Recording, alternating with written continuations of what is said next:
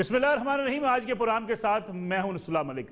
ناظرین، NA-75 ڈسکا کے نتائج ابھی تک رکے ہوئے ہیں۔ الیکشن کمیشن آف پاکستان کے سامنے ایک بڑا چیلنج ہے، اور وہ چیلنج یہ ہے کہ اب اس الیکشن کے نتائج نہ PTI ماننے کو تیار ہوگی نہ مسلم لیگ نواز، اور کیا دوبارہ الیکشن ہو سکتا ہے، اور دوبارہ الیکشن اگر ہوگا تو وہ پھر کیسے ہوگا۔ آج بھی پریس کانفرنس کی وفاقی وزراء نے، اور دوسری جانب مریم نواز پہنچی ڈسکا، اور انہوں نے بھی حکومت کو چیلنج کیا کہ جب تک ان کے امیدوار کے ساتھ جو دھاندلی کی گئی اس کا ازالہ نہیں ہوتا، وہ کسی صورت بھی اپنے اس احتجاج سے پیچھے نہیں ہٹیں گے۔ پھر دوسری جانب PTI کے لیے سینٹ کا الیکشن ایک بڑا چیلنج ہے، اپنے اتحادیوں کو منانے نکلی ہوئی ہے۔ اتحادیوں کی سپورٹ کے بغیر PTI کو ایک بڑا دھچکا اس سینٹ میں لگ سکتا ہے۔ اگر سینٹ کے انتخابات میں PTI اپنے اتحادیوں کو نہ منا سکی اور ان کو راضی نہ کر سکی تو کئی ایسی نشستیں ہیں جہاں PTI کو مشکلات کا سامنا کرنا پڑ سکتا ہے۔ اور آج بھی PTI MKM کو منانے کراچی پہنچی، جہاں MKM خاصے مطالبات ان کے سامنے پہلے سے رکھے ہوئے ہیں، اور وہ شہر کراچی میں ترقیاتی منصوبوں اور ان کے وہ دفاتر جو کئی عرصے سے بند پڑے ہیں ان کے کھولنے کے حوالے سے ہیں۔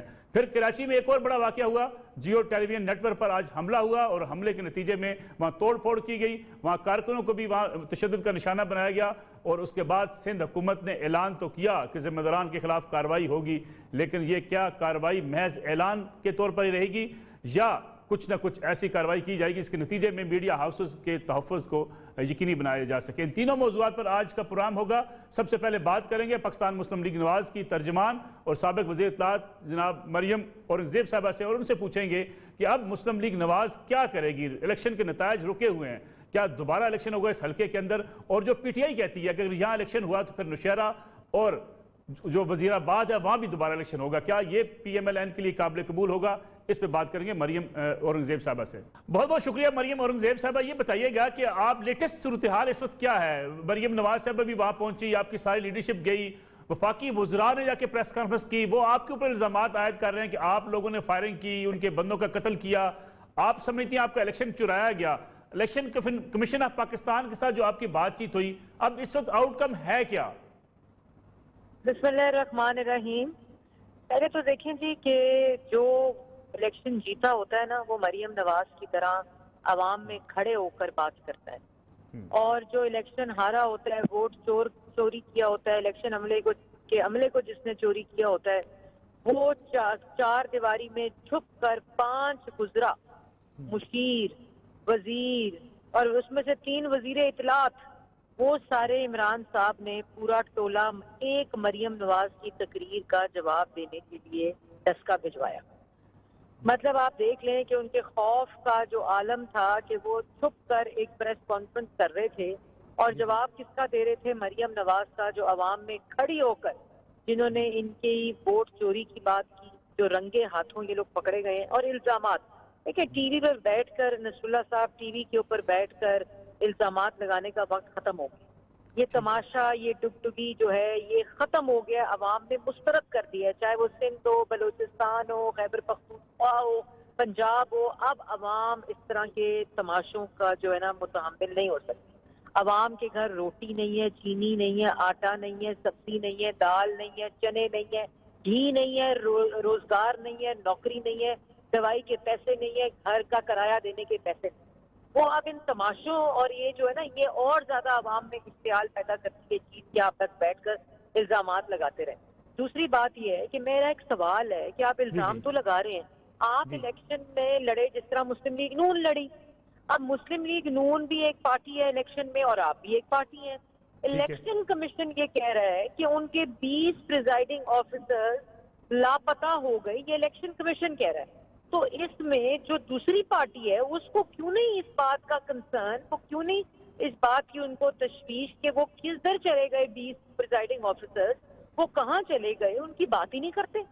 اور کہیں بھی جہاں فائرنگ کا ذکر کرتے ہیں اور ہمیں یرغمال بنا لیا، ان کے اپنے مشیر 3 گھنٹے پولنگ اسٹیشن کے اندر رہے، جو خود یہ اعتراف کرتے ہیں کہ میں اندر رہا کیونکہ رانا ثناء اللہ صاحب نے مجھے یرغمال بنایا ہوا تھا۔ آپ نے کیا اپنے ماتحت جو وزیر اعلیٰ پنجاب رکھا ہوا ہے اس کو فون کیا کہ مجھے رانا ثناء اللہ نے یرغمال بنایا ہوا ہے؟ کیا آپ نے IG پنجاب کو کیا کہ آپ نے چیف سیکرٹری کو کیا؟ خیر وہ سارے تو ویسے بھی وہ الیکشن کمیشن کے عملے کی طرح گمشدہ تھے، باقی سارے بھی، لیکن آپ نے کوئی درخواست الیکشن کمیشن میں دی، آپ نے کوئی درخواست RO کو دی، لیکن آپ مطلب مجھے سمجھ نہیں آ رہی کہ اگر آپ اتنے صاف ہیں، شفاف ہیں، آپ سمجھتے ہیں آپ الیکشن جیتتے ہیں، جس طرح آپ سمجھتے ہیں آپ وزیر اعظم ہیں، جس طرح آپ سارے سمجھتے ہیں کہ آپ وزراء ہیں جو مسلط کیے گئے ہیں، تو ان کو کوئی کنسرن نہیں ہے کہ الیکشن کمیشن یہ کہہ رہا ہے کہ جو 20 پریزائڈنگ آفیسرز ہیں ان کے فارم 45 میں رد و بدل کا شائبہ ہے، ان کو کوئی کنسرن نہیں ہے. یہ کیسے ہو سکتا ہے؟ لیکن مریم صاحب یہ بلیم گیم تو چلتی رہے گی. الیکشن کمیشن آف پاکستان نے لیٹسٹ کیا بتایا پی ایم ایل این کو؟ کیونکہ وہ پریزائڈنگ افسر جو غائب تھے وہ آ تو چکے ہیں، کیا ان کے جو ریزلٹس ہیں ان کو آپ ماننے سے انکاری ہیں؟ رسول اللہ صاحب یہ بلیم گیم تو نہیں ہے، میں تو الزام لگائی ہی نہیں.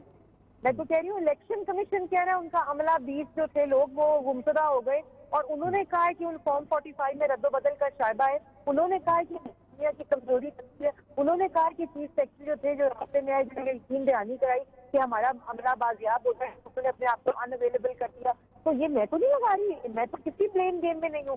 میرا تو ایک معصومانہ سوال ہے کہ اگر ہم کنسرنڈ ہیں کہ الیکشن کمیشن کے 20 پریزائڈنگ آفیسر جو تھے وہ گمشدہ ہو گئے اور ان کے فارم 45 جب وہ بازیاب ہوئے، تو جب فارم 45 ملے تو اس میں رد و بدل ہے، یہ الیکشن کمیشن کہہ رہا ہے، تو یہ ان کے لیے کنسرن کیوں نہیں ہے؟ میرا تو یہ سوال ہے. لیکن یہ ڈیڈ لاک ختم کیسے ہوگا؟ اب یہ ڈیڈ لاک تو ہے، آپ ماننے سے انکاری ہیں، پی ٹی آئی ماننے سے انکاری ہے. وہ کہتے ہیں ہم جیت چکے ہیں، آپ کہتے ہیں الیکشن میں دھاندلی ہوئی ہے، رد و بدل ہوا ہے. الیکشن کمیشن آف پاکستان بھی کہتا ہے کہ اگر رد و بدل ہوا ہے جس کو ڈیڈ لاک کو ختم کیسے ہوگا؟ رسول اللہ صاحب میں آپ کی تھوڑی سی بڑی اس کے ساتھ آپ کی تصحیح کرنی چاہتی ہوں ایک احترام کے ساتھ کہ یہ ڈیڈ لاک ہمارے درمیان میں نہیں ہے. یہ تو الیکشن کا نتیجہ الیکشن کمیشن نے روکا ہے. الیکشن کمیشن نے ہماری درخواست پر اپنی پریلیمنری انویسٹیگیشن کرتے ہوئے ایک پریس ریلیز جاری کی ہے کہ شائبہ رد و بدل کا، جس کی وجہ سے وہ NA-75 کا میں اسی پہ جاننا چاہ رہا ہوں آپ سے کہ اس ڈیڈ لاک کا آپ کا ڈیمانڈ کیا ہوگی؟ الیکشن رک گیا، ریزلٹ رک گیا، عوام نے فیصلہ الیکشن کمیشن نے کرنا ہے. پاکستان کی 22 کروڑ عوام جو ہے وہ پاکستان کے 22 کروڑ عوام کے ووٹوں کے وہ امین ہیں، محافظ، جو آئین میں یہ اتھارٹی دیتا ہے.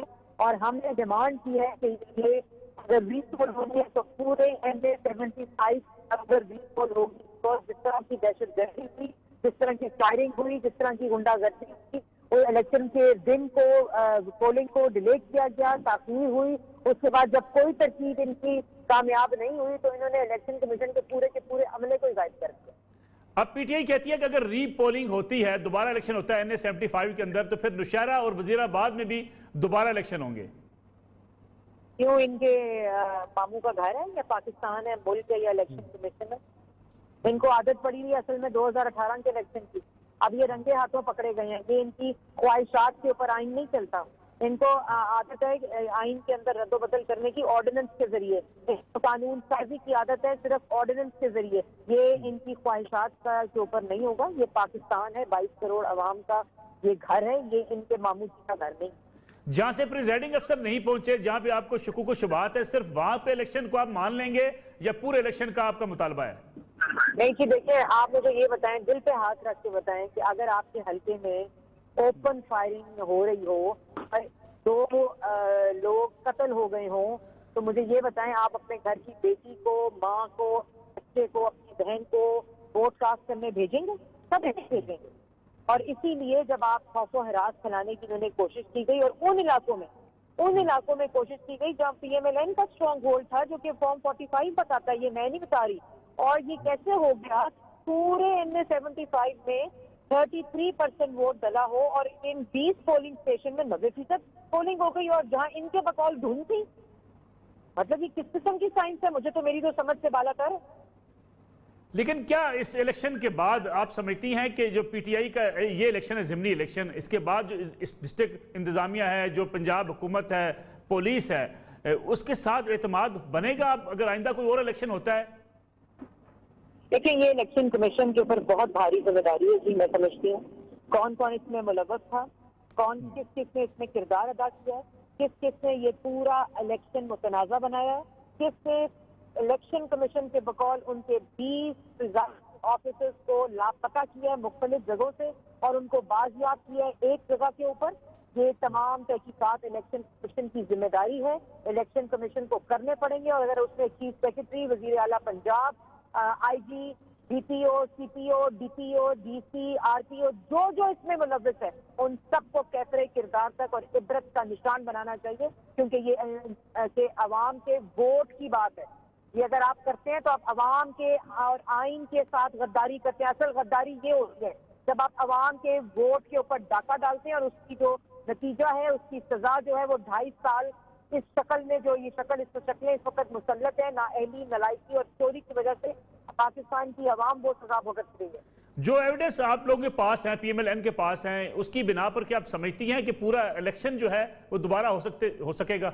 دیکھیے، جو ہم نے ایویڈنس الیکشن کمیشن کو دی ہے، جو 22 لوگ presiding officer missing person who گئے تھے الیکشن کمیشن کے، جب وہ واپس آئے تو ان کے فارم 45 وہ نہیں تھے، جو فارم 45 ہمارے پولنگ ایجنٹ انہی پولنگ اسٹیشن سے لے کر آئے تھے، اور اسی کی بنیاد کے اوپر الیکشن کمیشن نے یہ نتیجہ روک دیا ہے، اور پورے کا پورا الیکشن متنازع ہو گیا۔ اب یہ فیصلہ الیکشن کمیشن نے کرنا ہے، the entire repolling of NA 75۔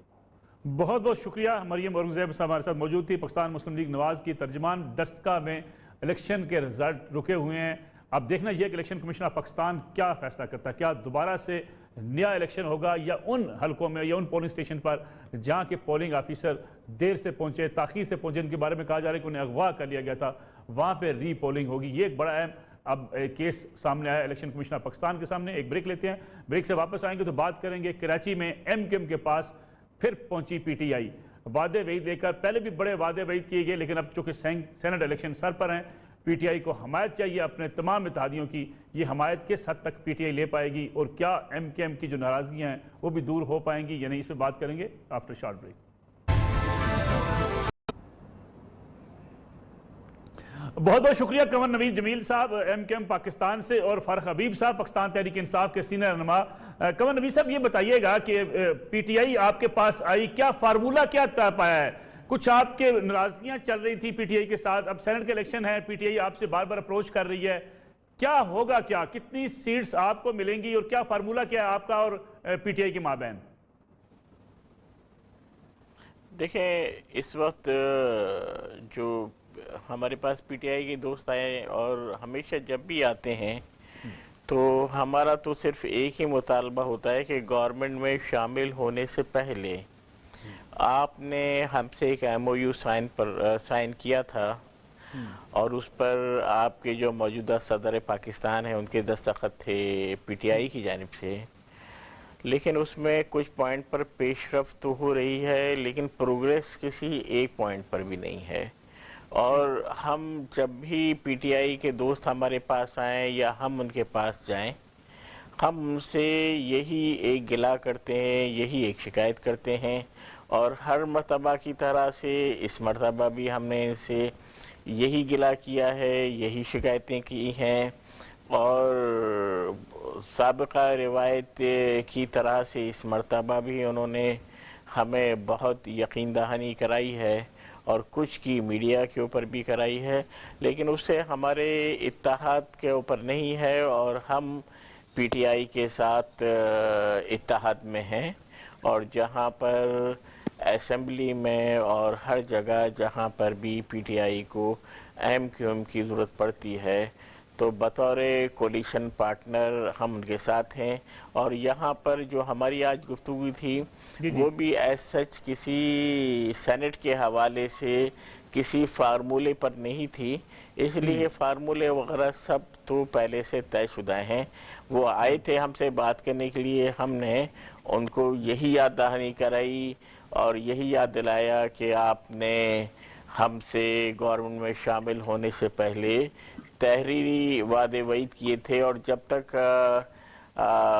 وہ صرف ہم نے آپ سے بیان کیے تھے وہ ہمارے مطالبے تھے، لیکن جب آپ نے ان کو پورا کرنے کی اس میں سے کچھ کم کیے کچھ زیادہ کیے اور اس پہ ایک میچول انڈرسٹینڈنگ ہو گئی تو اس کے بعد وہ آپ کے وعدے ہیں، تو ہر مرتبہ کی طرح ہم نے انہیں وعدے یاد دلائے، لیکن اس میں کوئی بدمزگی نہیں ہے، کوئی تلخی نہیں ہے۔ سینٹ میں جو چیزیں طے پائی ہیں MKM کے مابین اور آپ کے مابین، اس میں کیا ہے؟ آپ کو PTI سپورٹ کرے گی تو کس سیٹ پہ سپورٹ کرے گی؟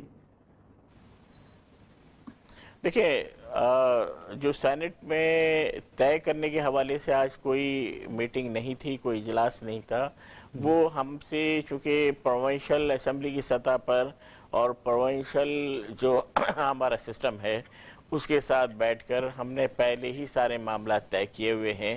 اس میں یہ ہے کہ 2 نشستیں ہمیں ملنی ہیں، 2 پی ٹی آئی کو ملنی ہے، اور 1 نشست کے لیے ہم اور پی ٹی آئی مل کے جی ڈی اے کو سپورٹ کریں گے، اور ہر مرتبہ کی طرح سے مشترکہ اپوزیشن کی 5 سیٹیں آئیں گی، لیکن چونکہ اسمبلی میں اس وقت ہماری جو تعداد ہے وہ کم ہے، تو پہلے ورنہ 4 صرف سینیٹر ایم کیو ایم کے آتے تھے، اب 2 پی ٹی آئی کے آئیں گے، 2 ہمارے آئیں گے اور 1 جی ڈی اے کا آئے گا۔ اور ایم کیو اور ایم کے یہ اندر جو آج اختلاف ہے، ڈسکشن نہیں ہوا ہے۔ میں جو ایم کیو ایم کے اندر اختلاف ہے وہ بھی آپ سے جاننا چاہوں گا۔ میں فرح حبیب صاحب سے بھی پوچھ لوں۔ فرح حبیب صاحب، پی ٹی آئی اس وقت اپنے تمام اتحادیوں کو راضی کر رہی ہے، تمام اتحادی راضی ہیں، چیلنج کتنا بڑا ہے سینٹ الیکشن؟ کہیں نہ کہیں نظر آتا ہے کہ کچھ آپ کے اتحادی آپ سے خوش نہیں ہیں، اگر وہ سینٹ میں آپ کی سپورٹ نہیں کریں گے تو آپ کچھ سیٹیں لوز کر سکتے ہیں۔ دیکھیں، یقیناً ہم اپنے اتحادیوں کو ڈے 1 سے جو ہے وہ ساتھ لے کے چلنے کے اوپر یقین رکھتے ہیں، اور یہ بڑے ہمارے اہم اتحادی ہیں، اور ہر موقع کے اوپر انہوں نے حکومت کا ساتھ دیا ہے، اور میں ہی سمجھتا ہوں کہ کراچی کی بہتری کے حوالے سے ایم کیو ایم کے ساتھ ہمارا ایک الائنس ہے، اور ان کی بہترین نمائندگی ہے جو کہ قومی اسمبلی میں بھی موجود ہے اور صوبائی اسمبلی میں بھی موجود ہے، اور وہاں بھی ہم سندھ اسمبلی میں بھی ایک مشترکہ اپوزیشن کا کردار ادا کر رہے ہیں، اور قومی اسمبلی میں یہ ہماری اتحادی ہیں، ان کی کابینہ کے اندر بھی نمائندگی موجود ہے، اور بڑے زبردست ان کے وزیر ہیں، امین بھائی ہیں، خالد صدیقی صاحب ہیں، جس طرح ابھی قمر نوید جمیل صاحب بھی بات کر رہے تھے۔ تو ایشوز کے اوپر یقیناً ہمیشہ بات چیت ہوتی ہے، اور جس کے اوپر تحفظات اگر ہوتے ہیں کسی جگہ کے اوپر تو وہ مل بیٹھ کے دور ہو جاتے ہیں، اور اچھی بات ہے کہ ایک دوسرے کی بات کو ہمیشہ کھلے دل سے سنا جاتا ہے، اور پھر سن کر اس کے اوپر عمل درآمد کرنے کی کوشش کی جاتی ہے۔ اور جہاں تک رہی بات کراچی کے منصوبوں کے حوالے سے، تو چاہے وہ پی ٹی آئی ہے، چاہے وہ ایم کیو ایم ہے، ہمیں جو ہے وہ صوبائی حکومت سے ہمیشہ تحفظات رہے ہیں، اور کراچی کی ترقی کے اندر ہمیشہ پیپلز پارٹی نے رخنہ ڈالا ہے۔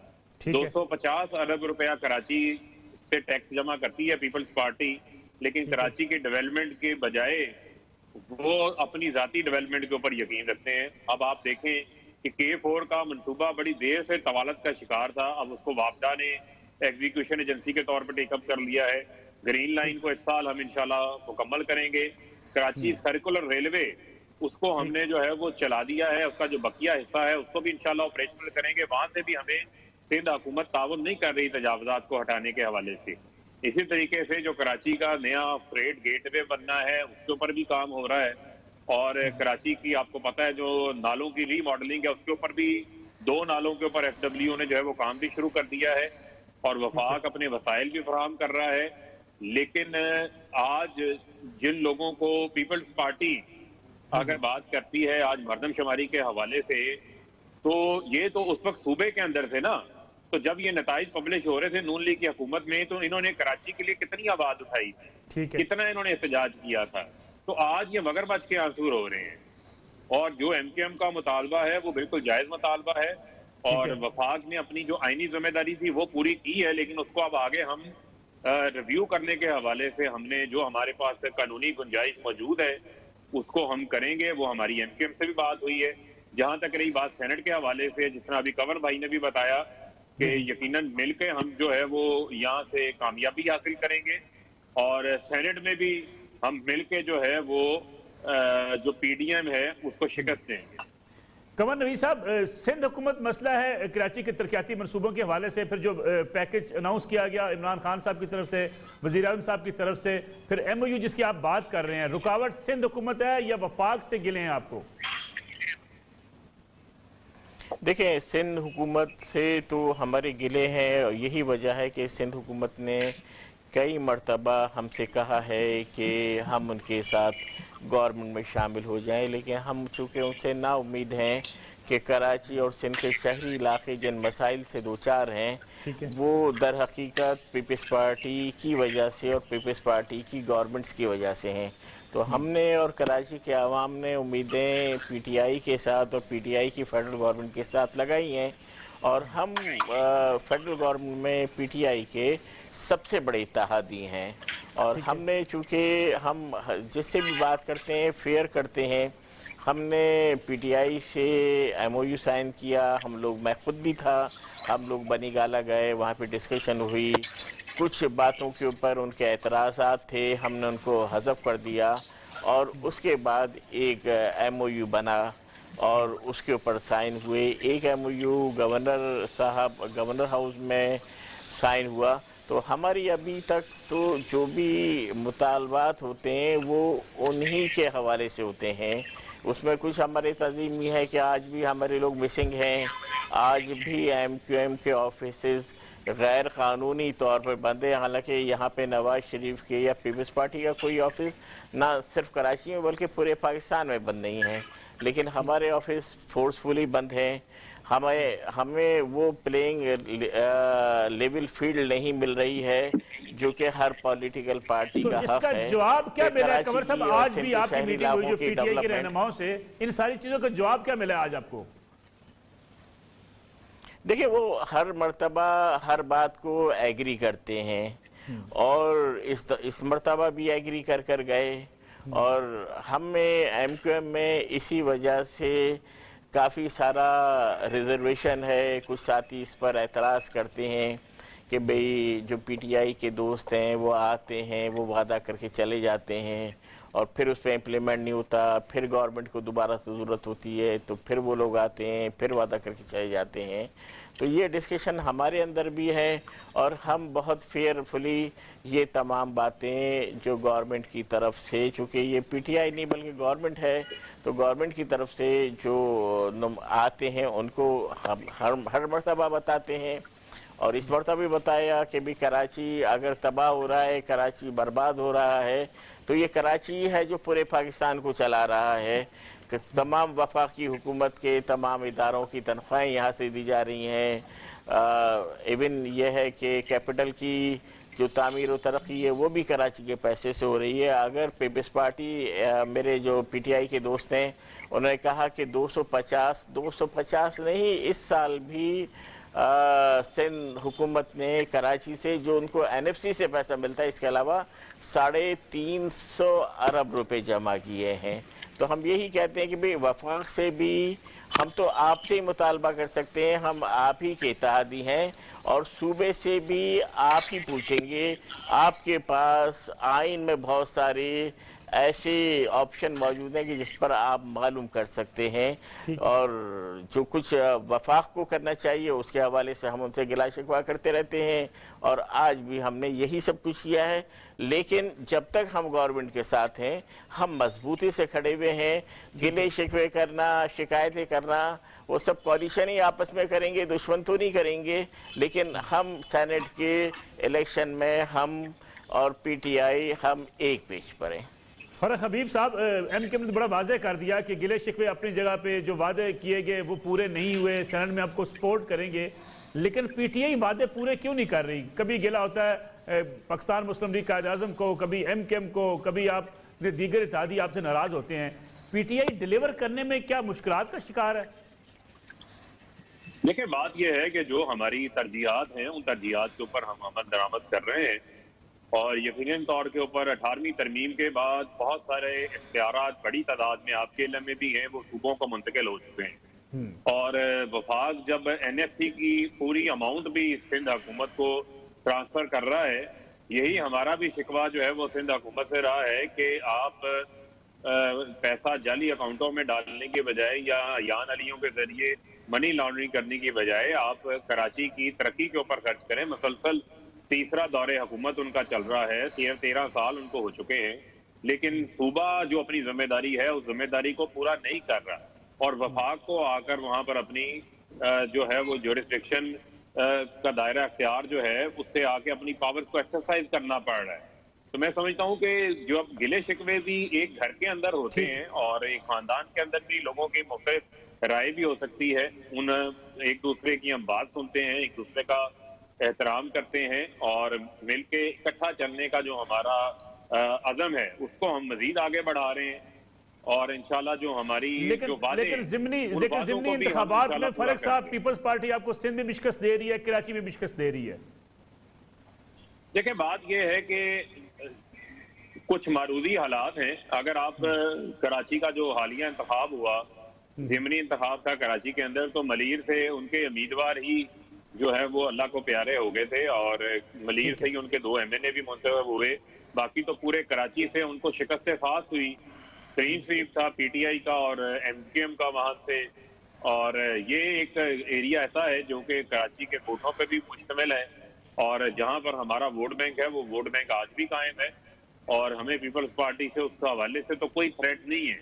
لیکن میں سمجھتا ہوں کہ کراچی جو کہ صوبائی دارالحکومت بھی ہے، تو وہاں پر میں سمجھتا ہوں کہ مراد علی شاہ، بلاول زرداری کی ان کی ذمہ داری بنتی ہے کہ جہاں سے وہ ریونیو اکٹھا کر رہے ہیں صوبائی ٹیکس کے نام کے اوپر سے، ٹھیک ہے، وہاں پر ان کو کراچی کو دوبارہ سے روشنیوں کا شہر بھی بنانا ہے، کراچی کو ایک جدید ترقی یافتہ شہر بنانا ہے۔ اس میں وفاق تو ہر وقت تیار ہے مدد کرنے کے لیے، لیکن اگر صوبہ رکاوٹیں ڈالے گا، اب آپ دیکھیں کہ کراچی کے اندر نئے آئر لینڈز بنانے کے لیے جو ہے وہ حکومت کوشش کر رہی تھی نئے شہر بسانے کے حوالے سے، خود تو کچھ کرنا نہیں ہے، لیکن جب وفاق کرنا لگتا ہے تو اس میں رکھنا ڈالنا شروع کر دیتے ہیں۔ تو میں یہ سمجھتا ہوں کہ اس قسم کا جو رویہ ہے عدم تعاون کا پیپلز پارٹی کے جانب سے، اس سے میں سمجھتا ہوں کہ وہ کوئی اچھا کام نہیں کر رہے، اس سے لوگوں کا فائدہ نہیں ہو رہا۔ آپ دیکھیں احساس پروگرام میں 30 ارب روپیہ ہم نے جو ہے وہ پورے سندھ کے اندر تقسیم کیا۔ غربت کا عالم یہ ہے وہاں پر کہ وہاں پر لوگوں کے پاس روزگار نہیں ہے، یہ انڈسٹریلائزیشن نہیں ہونے دیتے، اور کورونا میں انہوں نے ایسا مس مینجمنٹ کی کہ پورا لاک ڈاؤن لگا دیا۔ بڑے بڑے انڈسٹریلسٹوں کو پکڑ کے، جو ایکسپورٹر ہیں، جو ملک کے اندر زر مبادلہ لانے میں اہم کام کرتے ہیں، ان کو انہوں نے تھانوں میں بند کر دیا۔ ٹھیک ہے، یہاں پر پنجاب میں تو ہم نے ایک دن انڈسٹری بند نہیں ہونے دی۔ یہی وجہ ہے کہ آج ہماری معیشت کے وہ برے حالات نہیں ہیں جو پوری دنیا میں۔ آپ کو پوائنٹ آف ویو اگر قمر نوید صاحب فائنل کمنٹ میں آپ سے بڑا شارٹ چاہوں گا، MQM کے اندر اختلاف ہے سینٹ میں ٹکٹ دینے کے حوالے سے؟ نہیں، MQM کے اندر کوئی اختلاف نہیں ہے، اور یہ باتیں میں بھی شاید اس لیے پھیل رہی ہیں کہ ہم لوگوں نے ابھی شارٹ لسٹ تو کیا ہے لیکن فائنل نہیں کیا۔ اس کی وجہ یہ ہے کہ ضمنی الیکشن چل رہے تھے، کئی اور ایشوز تھے۔ اب جس بھی دن بیٹھیں گے ہم فائنل کر لیں گے۔ MQM کے ود ان دی MQM کوئی مسئلہ نہیں ہے۔ قمر نوید صاحب، فرح حبیب صاحب، دونوں مہمانوں کا بہت بہت شکریہ۔ پروگرام ایک بریک کا وقت ہوا ہے، بریک سے واپس آئیں گے تو بات کریں گے شہر کراچی کی، جہاں پاکستان کے بڑے media house Geo News network پر آج حملہ کیا گیا۔ شر پسندوں نے حملہ کیا، وہاں توڑ پھوڑ کی اور عملے کو بھی وہاں زد و کوب کیا۔ اس پہ بات کریں گے یہ واقعہ ہوا کیسے، اور پھر کیا سندھ حکومت کی ذمہ داری نہیں ہے کہ آزادی اظہار کے لیے کم از کم ان اداروں کو تحفظ فراہم کیا جائے اور اس قسم کے واقعات کو روکا جائے۔ اس پہ بات کریں گے after short break.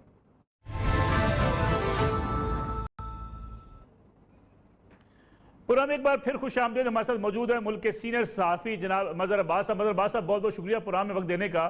Jio Pakistan کا ایک بڑا ٹیلی ویژن نیٹ ورک، اس پر ایسے دن دہاڑے حملہ ہوتا ہے، شرپسند آتے ہیں، توڑ پھوڑ کرتے ہیں، اندر گھستے ہیں، پولیس کیا کر رہی ہوتی ہے؟ اور اگر میڈیا ہاؤسز کو سیکورٹی نہیں دی جا سکتی تو کیا یہ سندھ حکومت کے لیے ایک بڑا چیلنج نہیں ہے؟ شکریہ ملک صاحب، صرف چیلنج ہی نہیں ہے، اہم بات یہ کہ اس پورے ایریا میں جلسے جلوسوں پر پابندی ہے اور مظاہروں پہ پابندی ہے۔ اب اگر 50-100 لوگ آ رہے ہیں، کسی خیر ہے وہ کوئی ملاقات کرنے تو نہیں آ رہے، اور ویسے بھی آپ کو پتا ہوتا ہے، تو پہلی چیز یہ کہ ادھر تک آنے الاؤ کیسے کیا گیا۔ پھر ادھر پولیس موجود تھی، جب توڑ پھوڑ ہو رہی ہوتی ہے تو ایٹ لیسٹ پولیس والے، مطلب ان کی ڈیوٹی یہی ہے، جس جگہ پہ ان کو پوسٹ کیا گیا ہے ان کی ڈیوٹی یہی ہے۔ تو اگر وہاں وہ خاموش تماشائی بنا رہے تھے، سوائے اس کے کہ اس میں کہیں نہ کہیں کنائیونس نظر آتی ہے، کنائیونس نہیں نظر آتی تو کرمنل نیگلیجنس نظر آتی ہے وہ۔ پھر دوسری یہ کہ جو بھی حملہ آور تھے اور جس انداز میں انہوں نے حملہ کیا اور توڑ پھوڑ کی، گارڈز وغیرہ کو مارا، تو وہ تو کسی بھی طریقے سے وہ احتجاج کا وہ طریقہ ہے جو ہم ماضی میں دیکھتے رہے ہیں۔ اس طرح یہ تو بیسیکلی حملہ آور تھے۔ اس کو میں پہلے بھی یہ کہتا رہا ہوں کہ جو کسی کو فزیکلی اسالٹ کریں یا حملہ کریں وہ احتجاج نہیں ہوتا، وہ حملہ ہوتا ہے۔ احتجاج کا تو اپنا ایک طریقہ ہوتا ہے، لیکن وہ اور ظاہر ہے پھر اس کی وجہ سے جو لوگ باہر تھے وہ اندر نہیں جا سکتے تھے، دفتر والے جو اندر تھے وہ باہر نہیں آ سکتے تھے. تو لیکن منظر عباس صاحب، جس قسم کے کراچی کے حالات ہیں، کیا میڈیا ہاؤسز کو سیکورٹی اس طرح سے پرووائڈ کی گئی ہے کہ میڈیا ہاؤسز کو اس قسم کے واقعات سے بچایا جا سکے؟ نہیں، بالکل بھی نہیں ہے. اگر ادھر جاتے ہیں تو آپ ایک پولیس موبائل کھڑی ہوتی ہے، پولیس والے آپس میں گپ شپ کر رہے ہوتے ہیں. وہ جو ایک سینس آف جو انسیکیورٹی ہے وہ اپنی جگہ قائم ہے. اور چلیں یہ ایک دفتر ہے، باقی دفاتر، پریس کلب، اس میں ہمیں ریئرلی جس طرح کی سیکیورٹی ہونی چاہیے، صرف پولیس موبائل کھڑے ہونے سے نہیں ہے. وہاں وہ جو پولیس والے ہیں وہ کس حد تک جو ہے الرٹ ہیں، یہ بہت امپورٹنٹ ہوتا ہے. کیونکہ عام طور پہ اٹیکس اس طرح کے جو ہوتے ہیں وہ ایبرپٹلی ہوتے ہیں. آپ کو یہ نہیں پتا ہوتا کہ میں نے آج اناؤنس کیا کہ میں کل جیو پہ حملہ کروں گا یا کل جیو پر جاؤں گا. تو اس لیے جو الرٹ لیول ہونا چاہیے وہ بالکل نہ ہونے کے برابر ہے، بلکہ ہے ہی نہیں. مگر آپ سمجھتے ہیں؟ جی منظر عباس صاحب، ہم نے دیکھا کہ اختلاف رائے اب تشدد کی شکل اختیار کرتا چلا جا رہا ہے. اس میں سوشل میڈیا کا بڑا کردار ہے. جب سوشل میڈیا میں خاص طور پر اگر ہم ڈسکا الیکشن کی بات کریں، جس طریقے سے تقاریر کی جاتی ہیں، جو سوشل میڈیا پہ بیانات جاری کیے جاتے ہیں، سیاسی جماعتیں ہوں یا مختلف گروہ ہوں، اس سے تو ایک اگریشن سوسائٹی کے اندر پیدا ہوتا چلا جا رہا ہے. پھر اختلاف رائے کرنے والے تو اسی طرح چڑھ دوڑیں گے ایک دوسرے کے خلاف.